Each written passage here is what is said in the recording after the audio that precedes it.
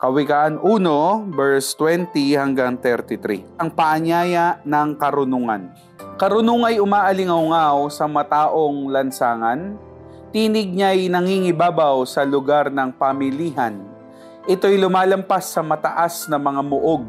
Ang ugong niya'y naririnig sa pintuan nitong lungsod. Taong mangmang, walang hustong kaalaman, hanggang kailan ka tatagal sa abamong kalagayan? Hanggang kailan ka mananatili sa iyong kamangmangan? Kailan mo pa iisiping maghanap ng kaalaman? Ang payo ko ay pakinggan nyo at dinggin ang aking pangaral. Sa inyo ang diwa ko at ang aking kaalaman. Patuloy nga itong mga panawagan ko sa inyo, ngunit hindi nyo pansin pati mga saway ko. Winawalang bahala nyo ang aking mga payo. Ayaw nyong bigyang pansin, paalala ko sa inyo. Dahil dito, kayo'y aking tatawanan kapag kayo'y napahamak na sadlak sa kaguluhan.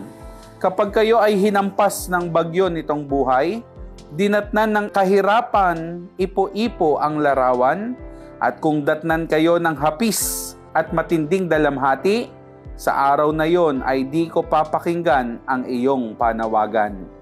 Hahanapin niyo ako, ngunit hindi masusumpungan, pagkat itong karunungan ay di niyo pinahalagahan.